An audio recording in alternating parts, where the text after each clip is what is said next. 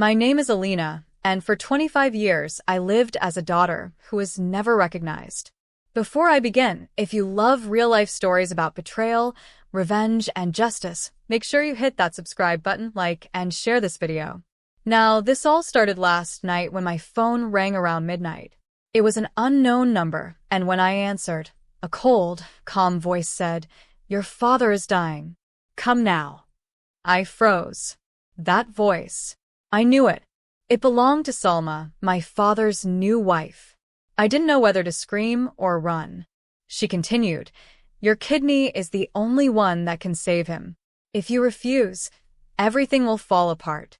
My heart raced. I had spent my life denied, ignored, and now this woman thought she could command me like a servant.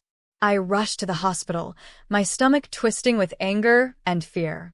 At the emergency entrance, security stopped me. "You're not family," they said. I barely had the breath to argue when Salma stepped out of a black SUV, perfectly dressed, calm like a queen.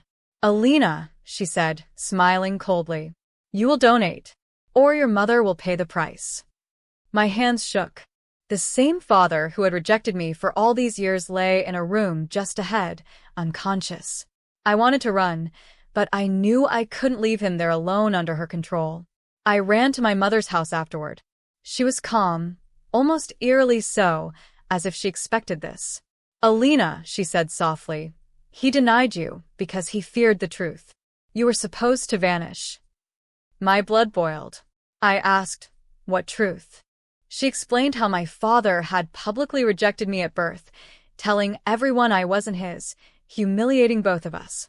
My mother had tried to shield me, but the town believed him. And now, Salma, his new wife, was trying to force me to fix the problem he caused decades ago. Salma appeared at my mother's house within minutes, polite and smiling. "I only want to save your father," she said, placing documents in front of me. The papers listed my medical records and requested consent for donation. She expected me to sign immediately. I felt rage and fear swirl together. "I won't give anything," I said. Her smile didn't falter. "Then consequences will reach beyond your father," she whispered. I realized this wasn't just about him. It was about power, control, and years of lies I had been forced to endure silently. Flashback.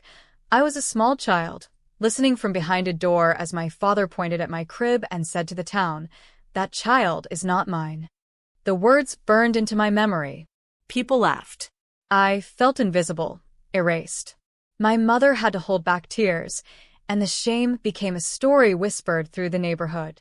I remembered how Salma had been present even back then, a quiet figure watching every move, charming the people with smiles while I was being denied.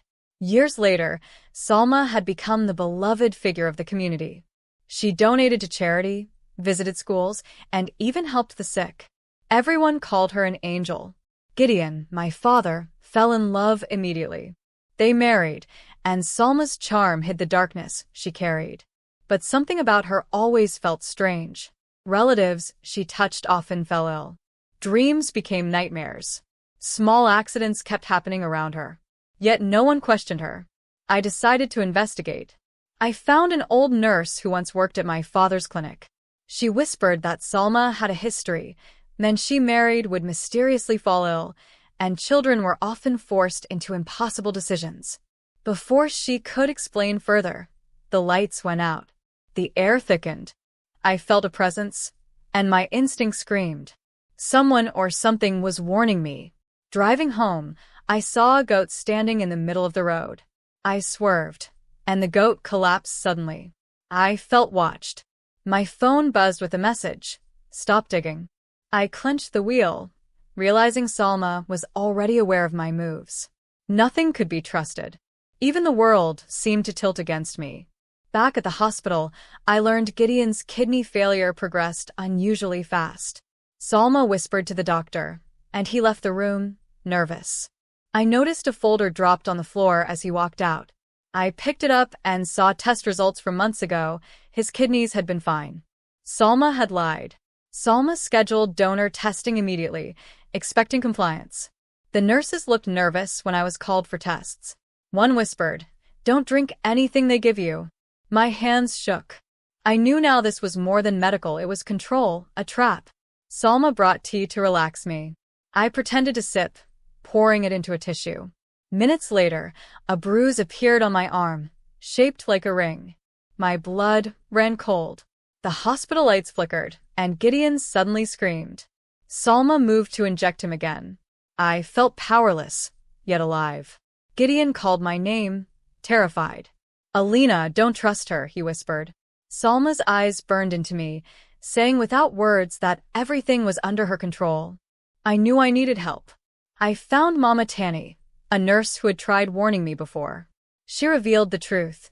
Salma marries men, makes them sick, and forces children to donate, ruining families from the inside. Mama Tani explained my father denied me because he feared the strength I carried, which would expose the family's secrets. Every step Salma took had been calculated. I felt anger and shock, but also clarity. I had the upper hand now, knowledge. I only had to act carefully. I met secretly with a lawyer who explained Gideon had signed a letter years ago admitting I might be his daughter, but it was hidden. The document could secure my rights and protect me from Salma. The lawyer warned that Salma knew I was here. I felt trapped but ready to plan. That night, I had a dream. Gideon was chained, calling me from a river. Salma held a bowl. I woke up screaming. My mother was shaken, poisoned by a subtle herb. It was the same trick Salma had used before. I realized my family's lives were at stake. I returned to the hospital pretending compliance. I allowed Salma to think she had control, while secretly preparing a trap with Mama Tani and the lawyer. Evidence of her lies and crimes was gathered quietly, ensuring Salma could not anticipate my moves. At the mansion, I discovered a locked room. Inside were medical files, photos of other young women, and a list of dates, all matching deaths and donor records. My heart pounded. Salma found me smiling. Curious girl. Salma admitted her plan openly, claiming Gideon was her ultimate prize and that I would complete the ritual. I secretly recorded her confession. The stakes had never been higher. I could not fail. Mama Tani distracted Salma, and I escaped with the recording. The lawyer prepared legal documents and a public exposure plan. Salma remained unaware of my real strategy, believing I had surrendered completely. On the day of the surgery, the hospital was full. Salma arrived in white, regal. I walked in calmly, shocking her and everyone present. Before anything started, Gideon was made to wake.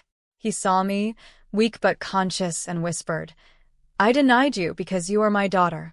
Gideon revealed the hidden truth.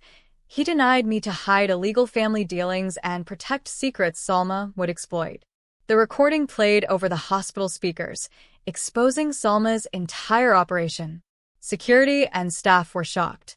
Salma tried to threaten Gideon, claiming exposure would ruin him. But the police arrived.